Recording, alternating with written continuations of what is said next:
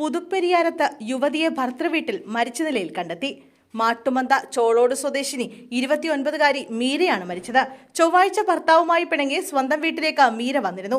ഇതിനുശേഷം രാത്രി 11ഓടെ ഭർത്താവ് അനൂപെത്തി കൂട്ടിക്കൊണ്ടു പോവുകയായിരുന്നു. ഇതിനുശേഷമാണ് മീര മരിച്ചതെന്നാണ് ബന്ധുക്കൾ പറയുന്നത്. രാവിലെയാണ് മീരയുടെ മരണവിവരം ബന്ധുക്കൾ അറിയുന്നത്. പോലീസാണ് വിവരം അറിയിച്ചത്. മരണത്തിൽ ബന്ധുക്കൾ പോലീസിൽ പരാതി നൽകി.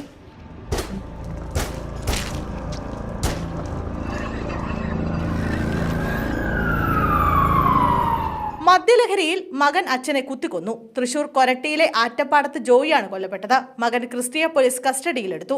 മദ്യലഹരിയിൽ ഇരുവരും തമ്മിൽ തർക്കം പതിവായിരുന്നുവെന്ന് പോലീസ് പറഞ്ഞു. സെക്യൂരിറ്റി ജീവനക്കാരനായിരുന്നു ജോയി. ചൊവ്വാഴ്ച രാത്രി ക്രിസ്റ്റി തന്നെയാണ് പോലീസിനെ വിളിച്ച് അച്ഛൻ രക്തത്തിൽ കുളിച്ചു കിടക്കുന്നുവെന്ന് അറിയിച്ചത്. ആദ്യഘട്ടത്തിൽ താനാണ് കൊലപ്പെടുത്തിയതെന്ന് ക്രിസ്റ്റി സമ്മതിച്ചില്ല. കൂടുതൽ ചോദ്യം ചെയ്തപ്പോഴാണ് ക്രിസ്റ്റി കുറ്റം സമ്മതിച്ചത്. കൊലപാതകത്തിന് ഉപയോഗിച്ച കത്തി കണ്ടെത്തി.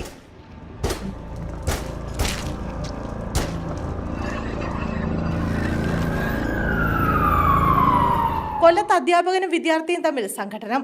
അധ്യാപകൻ വിദ്യാർത്ഥിയുടെ മൂക്കിടിച്ച് തകർത്തു. അഞ്ചാലമൂട് സ്കൂളിലെ +2 വിദ്യാർത്ഥിയും കായികാധ്യാപകൻ റാഫിയും തമ്മിലായിരുന്നു സംഘട്ടനം. സംഘർഷത്തിൽ വിദ്യാർത്ഥിക്ക് ഗുരുതര പരിക്കേറ്റിട്ടുണ്ട്. അധ്യാപകനും പരിക്കേറ്റിട്ടുണ്ട്. വിദ്യാർത്ഥി മറ്റൊരു പെൺകുട്ടിയെ തെറിവിളിച്ചത് ചോദ്യം ചെയ്തതാണ് സംഘട്ടനത്തിന് കാരണമെന്ന് പ്രിൻസിപ്പൽ പ്രതികരിച്ചു.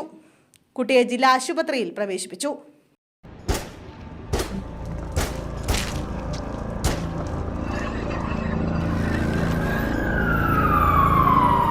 തിരുവനന്തപുരത്ത് +2 വിദ്യാർത്ഥിനിയെ വീടിനുള്ളിൽ മരിച്ച നിലയിൽ കണ്ടെത്തി. പാറശാല പെരുവിള പുല്ലൂർക്കോണത്ത് ലിനു രാജ് ജതിജ ദമ്പതികളുടെ മകളായ 17-കാരി നയനയാണ് മരിച്ചത്. പാറശാല ഗവൺമെന്റ് ഹയർ സെക്കൻഡറി സ്കൂളിലെ വിദ്യാർത്ഥിനിയായിരുന്നു.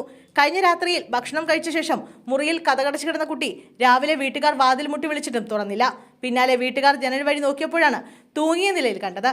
ഇന്നലെ ബന്ധുവിന്റെ വിവാഹത്തിന് പുതിയ വസ്ത്രം ഉൾപ്പെടെ വാങ്ങി ഒരുക്കത്തിലായിരുന്നുവെന്നും വീട്ടിലോ സ്കൂളിലോ മറ്റു പ്രശ്നങ്ങളൊന്നും ഉണ്ടായിരുന്നില്ലെന്നും കൂടുതൽ കാര്യങ്ങൾ അറിയില്ലെന്നും നാട്ടുകാർ പറഞ്ഞു.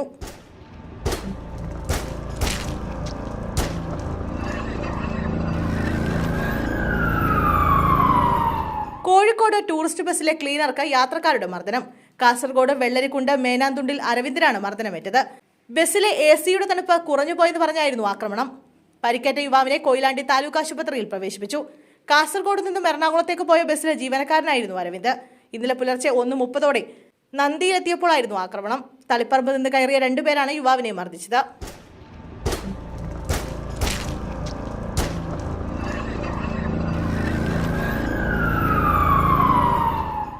ാരിയെ തീപ്പൊള്ളലേറ്റ് മരിച്ച നിലയിൽ കണ്ടെത്തി. പാലക്കാട് കൊല്ലങ്കോട് +2 വിദ്യാർത്ഥിനിയാണ് തീപ്പൊള്ളലേറ്റ് മരിച്ച നിലയിൽ കണ്ടെത്തിയത്. വീട്ടിൽ നിന്നും 500 മീറ്റർ അകലെ കള്ളിയമ്പാറ മലമുകളിലാണ് മൃതദേഹം കണ്ടെത്തിയത്. കൊല്ലങ്കോട് മുതലമട പരേതനായ കലാധരന്റെ മകൾ ഗോപികയാണ് മരിച്ചത്. വൈകിട്ട് 4 മണിവരെ കുട്ടി വീട്ടിലുണ്ടായിരുന്നു. പിന്നീട് കാണാതായതിനെ തുടർന്ന് അമ്മ അന്വേഷിച്ചപ്പോഴാണ് മലമുകളിൽ കുട്ടിയെ മരിച്ച നിലയിൽ കണ്ടെത്തിയത്.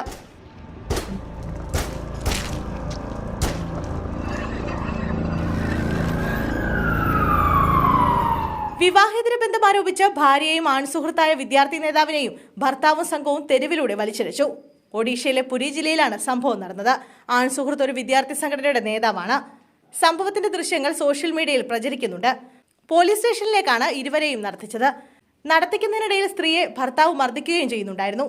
ആൺസുഹൃത്തിനെ അടിവസ്ത്രം മാത്രം ധരിപ്പിച്ചാണ് നടത്തിയത്. പോലീസ് സ്റ്റേഷനിൽ വരെ ഇരുവരും മർദ്ദനത്തിനും അപമാനത്തിനും ഇരയായി. ഭർത്താവിൽ നിന്നും അകന്നു കഴിയുകയായിരുന്നു കോളേജ് അധ്യാപിക കൂടിയായ സ്ത്രീ. ഇവർക്ക് മറ്റൊരു ബന്ധമുണ്ടെന്ന് സംശയിച്ച ഭർത്താവ് ഒരു സംഘം ആളുകളെ കൂട്ടി രാത്രിയിൽ വീട്ടിൽ അതിക്രമിച്ചു കയറുകയായിരുന്നു. തുടർന്ന് ഈ സ്ത്രീയെയും ഒപ്പമുണ്ടായിരുന്ന വിദ്യാർത്ഥി നേതാവിനെയും വീട്ടിൽ നിന്ന് പിടിച്ചിറക്കി തെരുവിലൂടെ കൊണ്ടുപോവുകയായിരുന്നു.